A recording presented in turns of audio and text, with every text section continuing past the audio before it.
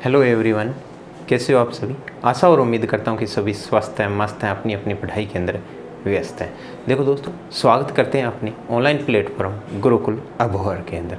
कल हमने एक क्लास लेक्चर डाल दिया था परसेंटेज का, और परसेंटेज हम आज बारीकी से सीखते हैं। सबसे पहली मैं बात बताता हूँ कि परसेंटेज होता क्या है। दोबारा थोड़ा सा रिपीट कर लेते हैं। परसेंटेज होता है अपना 100%, यानी 100 में से कुछ ना कुछ मान।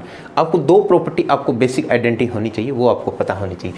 जिस प्रकार मैंने बता दिया कि ये मेरे पास मार्कर की लेंथ है, ये मार्कर की लेंथ है। अगर मैं मार्कर की लेंथ की बात करता हूँ तो मेरे पास ये 1 यूनिट है। मेरे प्यारे दोस्तों, समझ रहे हो ना बात को, यानी मेरे पास मार्कर की लेंथ है वो 1 यूनिट है। अगर मैं इसी को परसेंटेज के अंदर डिनोट करता हूँ तो परसेंटेज के अंदर ये कितनी है, 100% है। समझ में आई बात, 100% है। अब देखो 1 यूनिट है, ये आपकी न्यूमेरिकल वैल्यू है, और परसेंटेज में क्या है, 100% है। तो अगर मैं इस एक मार्कर है, इसके 100 टुकड़े कर देता हूँ, यानी 100 कट लगा देता हूँ, 100 पीस बना लेता हूँ। समझ में आई मैं क्या कहना चाहता हूँ।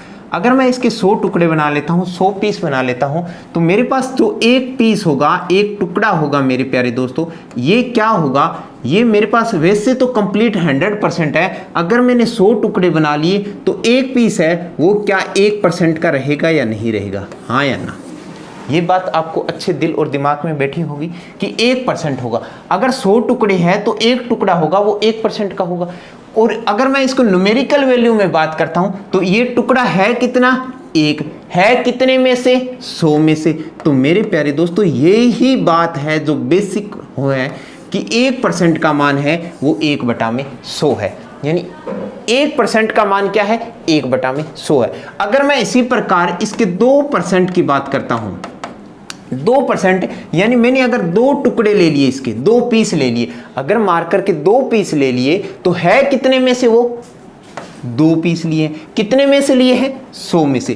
तो 2% का मान होगा वो मेरे पास क्या हो जाएगा, 2/100 हो जाएगा। समझ में आई बात। अगर मैं 3% की बात करता हूं इसी प्रकार, तो मैंने टुकड़े लिए कितने हैं, कितने पीस, नंबर ऑफ पीस कितने लिए मैंने, 3। कितने में से लिए हैं, 100 में से। इसी प्रकार मैं कंटिन्यू रहता रहूंगा, यानी मैंने 4% का मान निकालना है, तो मैंने पीस कितने लिए, 4। कितने में से, 100 में से। तो 4/100 हो गया। इसी प्रकार मैं कंटिन्यू चलता रहूंगा तो कहीं ना कहीं आपके 100% का मान क्या आ जाएगा, यानी आप टोटल पीस ले लोगे, 100 के 100 पीस ले लोगे, और 100 पीस है ये कितने में से है, 100 में से है। अगर मैं 100 से 100 शहीद कर देता हूं तो 100% का मान मेरे पास क्या आ गया, 1 आ गया। यानी 100% का मान क्या है, 1 है, और 1% का मान क्या है, 1/100 है। ये दो बात आपको दिल और दिमाग में बिठानी होगी, क्योंकि पूरा का कंप्लीट परसेंटेज आपका इन्हीं 2 से रिलेट होगा।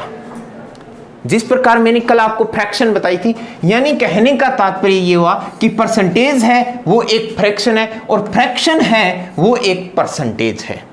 कल मैंने आपको ये चीजें सिखा दी थी, ये आपके सामने है। इनकी आपको पीडीएफ हमारे टेलीग्राम चैनल पर मिल जाएगी, ठीक है। जिस प्रकार एक है वो 100% होता है, 1/2 50% होता है, 1/3 33 से 1/3 होता है। ये चीजें मैंने कल आपको बता दी थी। यहां तक ये होती है, ये आपकी स्टैंडर्ड होती है। समझ में आई मेरी बात को, क्या कहना चाहता हूं। यहां तक होती है 1/15 तक है, ये आपकी स्टैंडर्ड फ्रैक्शन होती है मेरे प्यारे दोस्तों, ठीक।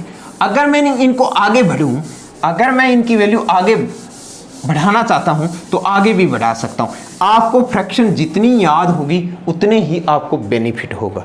देखो दोस्तों, सिंपल सी बात यह है कि 3/8 कितना होता है, 37.5, क्योंकि 1/8 है, उसका मान कितना होता है, 12.5% होता है। मेरे को मान किसका निकालना है मेरे प्यारे दोस्तों, 3/8 का मान निकालना है। 1/8 का मान 12.5 होता है, तो मेरे को 3/8 का मान निकालना है। तो इनको रिलेट करना सीखो, यानी रिश्तेदारी निकालो। इसका और इसका रिश्ता क्या है, यानी ये 1/8 है, ये 3/8 है, तो क्या ये 3 से मल्टीप्लाई हो रहा है क्या, हाँ या ना।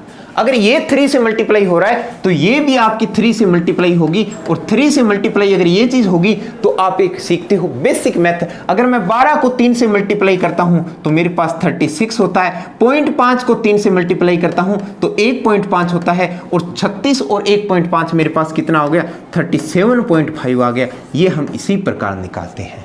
ठीक है, एक और देख लो आप, जिस प्रकार मैं बात कर रहा हूं कि 5/8 क्या होगा, क्या पूछा मैंने, 5/8। 5/8 कैसे आया, यानी 1/8 है, इसका कितना गुना हुआ है भाई, 5 गुना हुआ है। अगर 1/8 का 5 मल्टीप्लाई हो रहा है तो आपका जो 12.5 है ये भी आपका कितने से गुना होगा, 5 से गुना होगा। और 12 पंजे कितने होते हैं, 60 होता है। और 0.5 कितना होता है, 2.5 होता है। तो ये मेरे पास जो आंसर बनेगा ये कितना बन जाएगा, 62.5 बन जाएगा, 62.5 बन जाएगा। मेरे प्यारे दोस्तों, मैं समझाना क्या चाहता हूँ, आपको फ्रैक्शन सिखाना चाहता हूँ, ठीक है। जिस प्रकार मैंने एग्जाम की किस प्रकार यूज होंगी ये चीजें मैं बाद में बताऊंगा, पहले आप और देखो। कुछ भी मैंने पूछ लिया, मैंने पूछा आपसे कि 2/9 की आप मेरे को परसेंटेज बताओ। क्या पूछा है मैंने, 2/9 की परसेंटेज बताओ। 2/9 की परसेंटेज कैसे निकालोगे, 1/9 इंटू आप क्या कर दोगे, 2 कर दोगे, ठीक है। और 1/9 का आपको मान का पता है कितना होता है, 11 सही 1/9 होता है। 11 सही 1/9% को आप कितने से मल्टीप्लाई कर दोगे, 2 से मल्टीप्लाई कर दोगे, 2 से मल्टीप्लाई कर दोगे। तो 11 दूना क्या हुआ, 22, 2 एकम 2 अपॉन में 9। तो मेरे पास आंसर कितना आ गया, 22 सही 2/9, 22 सही 2/9। और देख लेते हैं एग्जांपल। अगर मैंने पूछा कि 3/11 का मान बताओ, क्या पूछा है मैंने ये पूछा है कि 3/11 का मान बताओ। तो अब देखो मेरे प्यारे दोस्तों, 3/11 का मान पूछा है तो 1/11 है, इसको आप 3 से गुणा करोगे तो ये आपके पास 3/11 बन जाएगा। और ये आपके पास मान क्या है दोस्तों,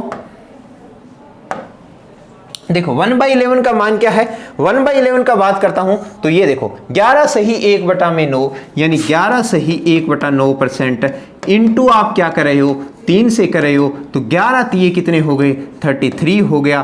3 एकम कितना हो गया, 3 हो गया, अपॉन में 9 यानी ये कितना हो गया, 33 सही 1/3 आ गया।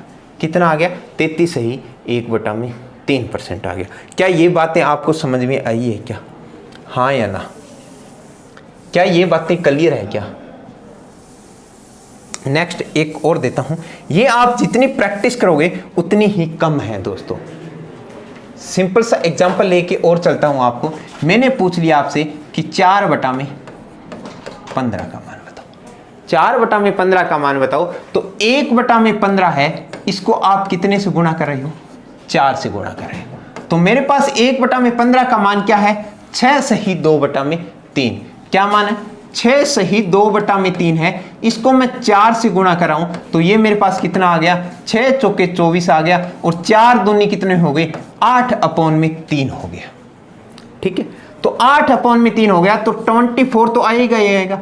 अब ये क्या है, ये 8 बड़ा है, यानी नोमिनेटर अगर बड़ा है डोमिनेटर से तो और भाग जा रहा है, तो आप भाग करिए। इसको मैं क्या लिख सकता हूं, 3 दूनी 6, बच कितना गया, 2 अपॉन में 3। तो ये मेरे पास कितना बन जाएगा, 26/2/3। क्या ये बात समझ में आई क्या, हाँ या ना। इस प्रकार आप बहुत से फ्रैक्शंस निकाल सकते हो, ठीक है।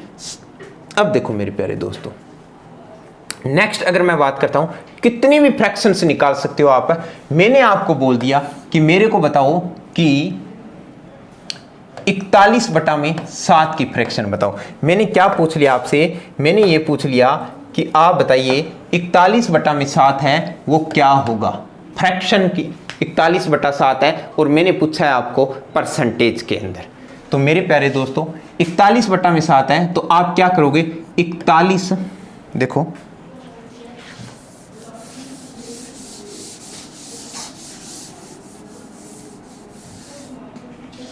मैंने पूछा है आपसे कि 41/7 का मान बताओ, ठीक है।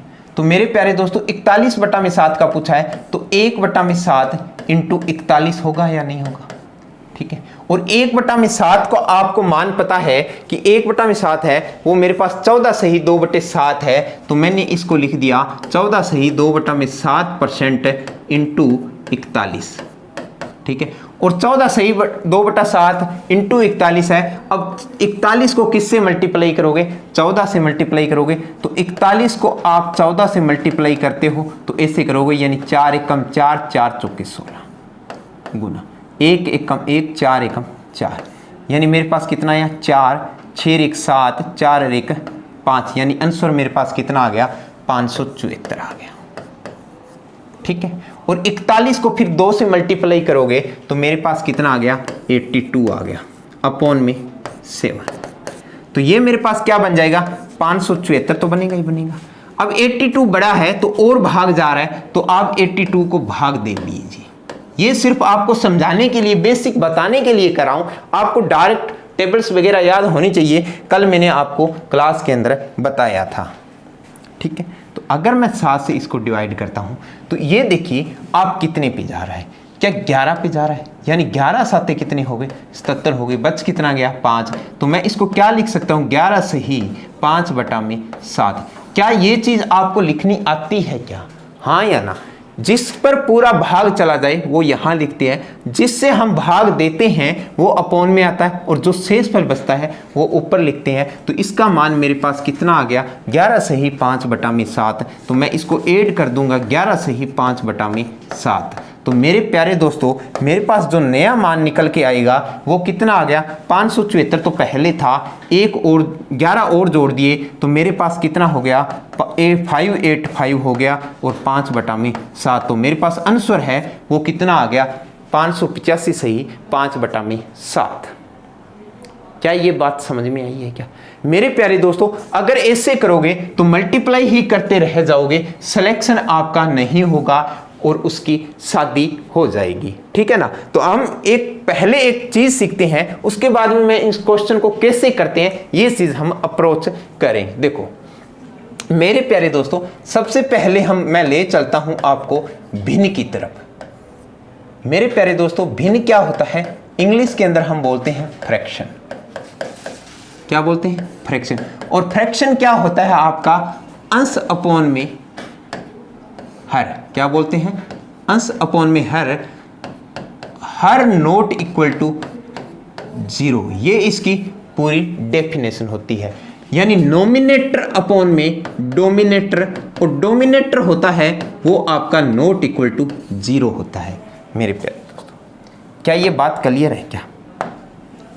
अब देखो, अगर मैं बात करता हूं हर की, यानी ये होता है आपका नोमिनेटर, ये होता है आपका डोमिनेटर। मेरे प्यारे दोस्तों, ये डोमिनेटर होता है ना, ये बातें ध्यान रखना।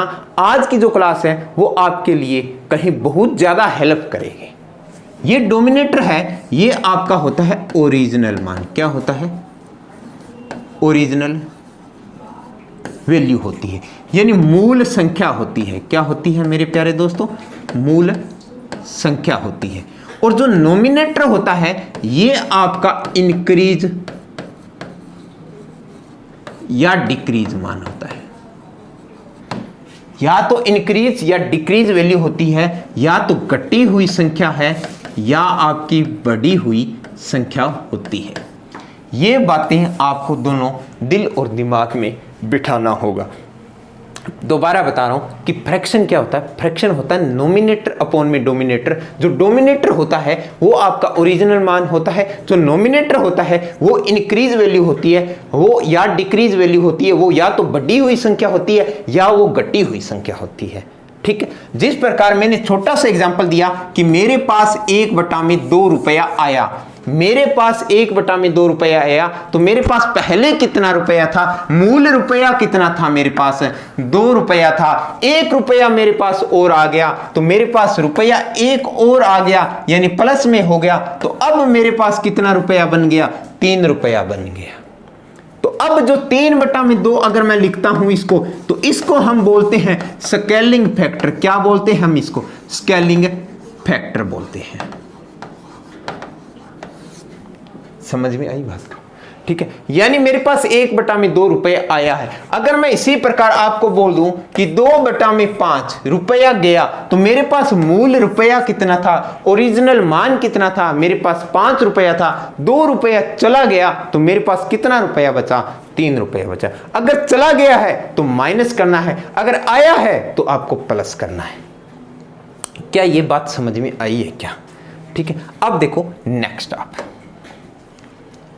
जिस प्रकार छोटा सा एग्जांपल देता हूं, इसी प्रकार फ्रैक्शन का कि मेरे पास मैंने 7/8 रुपया दे दिया, 7/8 रुपया दे दिया, यानी मेरे पास जो 8 रुपया था और 7 रुपया मैंने और दे दिया है, तो मेरे पास माइनस हो गया। तो अब मेरे पास कितना रुपया बचा है, मेरे पास 1 रुपया बचा है। क्या ये बातें आपको क्लियर है क्या? ठीक है, ये बातें आपको अच्छे से समझ में आ गई होगी। अब मैं आपको फ्रैक्शन की ओर ले चलता हूं, जिस प्रकार मैंने रिलेट किया था। मैंने आपको पहले एक फ्रैक्शन करवाई थी। क्या करवाई थी मैंने आपको बताया था कि 41/7 कैसे करते हैं। देखो 41/7 की तरफ मैं ले चलता हूं आपको।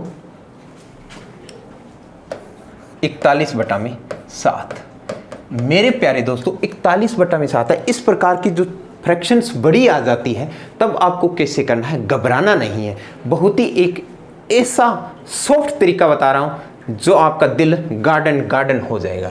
ठीक है, 41/7 है, यानी 7 का एक ऐसा फैक्टर देखो, 7 का ऐसा मल्टीप्लाई फैक्टर देखो जो 41 के कहीं ना कहीं करीब जाके रुके।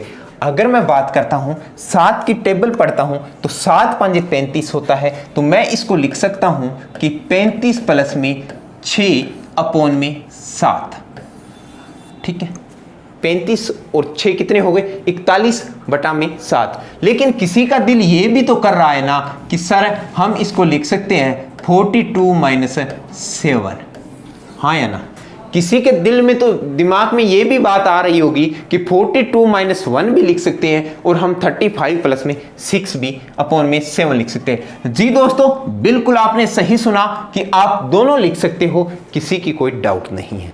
लेकिन आपको ये चीज लेनी है कि मैं आपको बता रहा हूं इन दोनों में क्या फर्क आएगा। फर्क कुछ नहीं आएगा आंसर में, और लेकिन एक चीज में फर्क आएगा, आपकी कैलकुलेशन के अंदर फर्क आएगा। और वो कैलकुलेशन को बचने के लिए तो हम ये शॉर्टकट निकालते हैं। तो देखिए आप क्या से हम करते हैं। पहले इस चीज को समझाता हूं। देखो मैंने बोला कि 35 है, ये तो चल ना रहा है, कौन सा कलर ले, ये ले लेते हैं ब्लू। ठीक है, हम ले लेते हैं 35/7 प्लस में 6/7। क्या ये चीज हम ले सकते हैं क्या? यानी 35/7 प्लस में 6/7।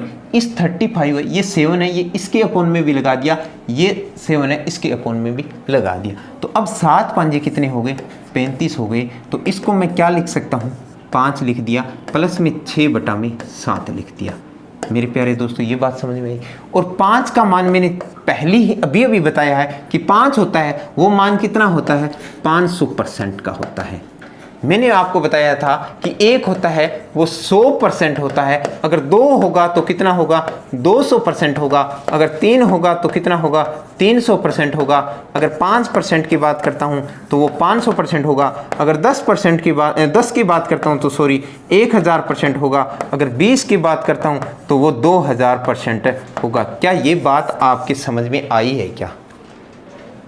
मैंने आपको जब क्लास प्रारंभ की थी तो सबसे पहले यही बातें बताई थी। ठीक है, 5 को मैंने क्या लिख दिया, 5% लिख दिया। अगर मैंने 5 को 500% लिख दिया तो अब 6/7 का मान पूछा है। तो मेरे प्यारे दोस्तों 1/7 का मान क्या होता था, 1/7 का मान देखो मैंने क्या लिखवाया था। 1/7 का मान मैंने ये लिखवाया था कि 14 सही 2/7 होता है। क्या लिखवाया था, 14 सही 2/7। तो 1 का मान बटा में 7 का मान होता है 14 सही 2/7। आपको 6/7 निकालना है तो कितने से मल्टीप्लाई कर दो, आप 6 से मल्टीप्लाई कर दो। तो इधर भी आप कितने से मल्टीप्लाई करोगे, 6 से मल्टीप्लाई करो। तो 14 को अगर मैं 6 से मल्टीप्लाई करता हूं तो मेरे पास होता है 84 अपॉन में 6 दूनी 12 अपॉन में 7। यानी 84 का तो 84 आएगा ही आएगा। 12 है, 7 छोटा है, एक बार और जा रहा है तो 7 एकम 7, बच कितना गया 5/7, यानी आपके पास ये कितना हो गया 85 सही 5/7%। कितना हो गया 85 सही 5/7। तो इसमें आप प्लस कर दो 85 सही 5/7, तो मेरे पास इसका आंसर है वो कितना आ जाएगा 85 सही 5/7%। ये मेरे पास इसका आंसर आ जाएगा। तो 41/7 का मान क्या है, प्रतिशत के अंदर मान क्या है 585 सही 5/7। क्या हमने यही निकाला था क्या? ये देखो हमने यही निकाला था, जिसके अंदर हमने ये सारा मल्टीप्लिकेशन वगैरह सारा कुछ किया था 585 सही 5/7। इसी से भी ऐसे इतना ही मान निकला है और इसी से भी आपका इतना ही मान निकला है। लेकिन आपको ऐसा एक तरीका और बता रहा हूं, कईयों के दिमाग में आ रहा होगा कि सर हम इसको 41 है, इसको हम 42 - 1/7 भी लिख सकते हैं। जी हां, आप बिल्कुल लिख सकते हो दोस्तों। तो इसका क्या हुआ 42/7 - 1/7। इतनी बात दिल और दिमाग में है आपके। 7 छिके 42, ये 42 आपका 7 से शहीद हो गया। तो 6 का मान क्या लिख सकता हूं भाई 600%, माइनस 1/7 का मान क्या लिख सकता हूं 14 सही 2/7%। अब देखो 600 में से आपको 14 सही 2/7% घटाना है। अगर आप 600 में से 14 सही 2/7% घटाना है तो ये घटाता है, इससे घटाना बीपी बढ़ जाता है। इससे अगर आप फ्रैक्शन देखते हो घटाने वाली या डेसिमल देखते हैं तो विद्यार्थियों का बीपी बढ़ जाता है। मेरे प्यारे दोस्तों, आपको कोई तकलीफ नहीं होगी। आपको एक ऐसा शॉर्टकट बता रहा हूं जिससे आप डायरेक्ट कर सकते हो। ये देखो 14 सही 2/7 है, क्या ये 15 से छोटा है? लेकिन 14 से तो बड़ा है। तो आप माइनस कितना करिए 15 माइनस करिए। कितना माइनस करिए 15। तो आप अगर 600 में से 15 माइनस करोगे तो मेरे पास कितना आ गया 585 आ गया। हाँ या ना, इतनी बात क्लियर है। 14 से तो ये चीज वैल्यू बड़ी है, लेकिन 15 से छोटी है, तो आपको 15 माइनस करना है। अगर मैं 15 माइनस करता हूं तो मेरे पास 585 आ जाता है। अब 2/7 है, मैंने आपको बताया था कि ये मेरे पास फ्रैक्शन है, और फ्रैक्शन के अंदर मैंने बताया था कि नोमिनेटर अपॉन में डोमिनेटर होता है, और डोमिनेटर होता है वो ओरिजिनल मान होता है, नोमिनेटर होता है वो आपका घटा हुआ या बढ़ा हुआ मान होता है। मैंने ये चीजें आपको बताई थी कि नोमिनेटर होता है वो इंक्रीज और डिक्रीज होता है, जो डोमिनेटर होता है वो ओरिजिनल मान होता है। क्या ये बात बताई थी? हाँ या ना, ये बात अच्छे से सीख ली होगी। अगर यहाँ पर मेरे पास 7 रुपए है, अगर मैंने 2 रुपए दे दिए, ये आपको कैसे पता चलेगा? ये देखो आगे चिन्ह माइनस का है, तो माइनस का मतलब होता है कि मैंने 2 रुपया दे दिया। अगर मेरे पास 7 रुपए थे, 2 रुपए मैंने दे दिए, तो मेरे पास कितना रुपया बचा 5 रुपया बचा अपॉन में 7। तो ये मेरे पास आंसर कितना आ जाएगा 585 सही 5/7 है। ऐसे भी 585 सही 5/7 निकाला था, और ऐसे भी आपने 585 सही 5/7 निकाला था। वो आप पर है कि आप कैसे अप्लाई करते हो। मैं तो कहता हूं कि अगर इस मेथड से आप अगर करोगे तो बहुत ज़्यादा आपको हेल्प मिलेगी। एक क्वेश्चन और ले लेते हैं जिस प्रकार, देखो दोस्तों, मैंने आपको बोल दिया कि 39 अपॉन में 6 बताइए। क्या पूछा है मैंने? 39 अपॉन में 6 बताइए। तो आप मेरे प्यारे दोस्तों इसको ऐसे सोचिए कि 39 के नियर अबाउट चला जाए, ठीक है। तो अगर मैं इसको लिखता हूं कि 36 प्लस में 3 अपॉन में 6, या मैं इसको लिखता हूं कि 42 माइनस 3/6, तो कोई दिक्कत नहीं है, ठीक है। अब देखो इसको हम कैसे करेंगे। ये 36 अपॉन में 6 अलग कर दिया और इसका 6 अलग कर दिया, समझ में आया? तो 36 है, ये 6 से कट जाएगा और ये 1/2 हो गया, ठीक है। अब 6 को मैं क्या लिख सकता हूं? क्या 600% लिख सकता हूं? और 1/2 फ्रैक्शन है, इसको मैं क्या लिख सकता हूं? इसको मैं प्लस लिखूंगा 50%। तो मेरे पास जो मान आएगा वो क्या 650% आ जाएगा, ठीक है। हाँ या ना? अगर मैं इसी प्रकार इसको करता हूं 42 - 3/6 है, 42/6 है, तो इसको मैं लिख सकता हूं 42/6 - 3/6 तो आपको क्या लिख सकता हूँ, 7 छके 42 है, और 7 अपने आप में क्या होता है, 700% होता है, और 3/6 क्या होता है, 1/2 होता है, 1/2 होता है। तो 1/2 को परसेंटेज कितना बना भाई, 50%। अगर 700 में से 50% चला गया तो आपके पास आंसर कितना आ गया, 650% आ गया। इससे भी आपका 650% आ रहा है, इससे भी आपका 650% आ रहा है। ये आप पर है कि आप कैसे इस क्वेश्चन को अप्लाई करते हो। ठीक है, एक फ्रैक्शन और करवा देता हूं। देखिए, आप कितनी भी बड़ी फ्रैक्शन ले लीजिए, आपको घबराने वाली कोई बात नहीं है। मैंने बोला कि आप मेरे को बताइए कि 83/7, मैंने ये फ्रैक्शन दे दी और मैंने पूछ लिया कि इसको परसेंटेज में कैसे कन्वर्ट करेंगे।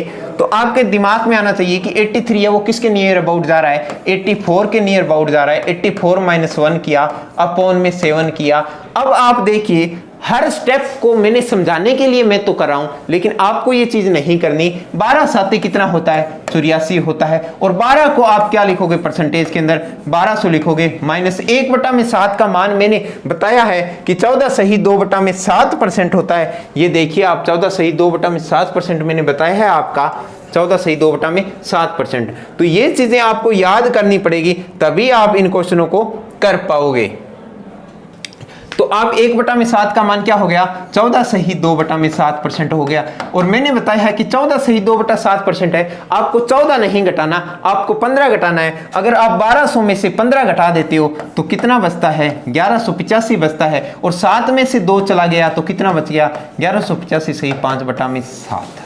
क्या ये बातें क्लियर है क्या? ये मेरे प्यारे दोस्तों, हम क्या है, फ्रैक्शन से किस में आ रहे हैं, परसेंटेज के अंदर आ रहे हैं। आप इनकी प्रैक्टिस करिए, दबा के प्रैक्टिस करिए। ठीक है, कम से कम इस प्रकार के फ्रैक्शन के आप 50 क्वेश्चन कर लोगे तो ऑटोमेटिक आपके हाथ पांव चलने लग जाएंगे। ठीक है, तो आज मैं अपनी वाणी को यहीं विश्राम देता हूं। कल मिलते हैं नेक्स्ट क्लास के अंदर, तब तक आप प्रैक्टिस करिए। कल मैं आपको नेक्स्ट सीरीज लेकर हाजिर रहूंगा आपके सामने, और नए नए क्वेश्चन। बिल्कुल, हमारा ऑनलाइन का बैच है, वो हमारा स्टार्ट हो रहा है 1 तारीख से, 1 अगस्त से। आप उसके अंदर एनरोल कर सकते हो, गुरुकुल अबोहर के अंदर। जय हिंद, जय भारत।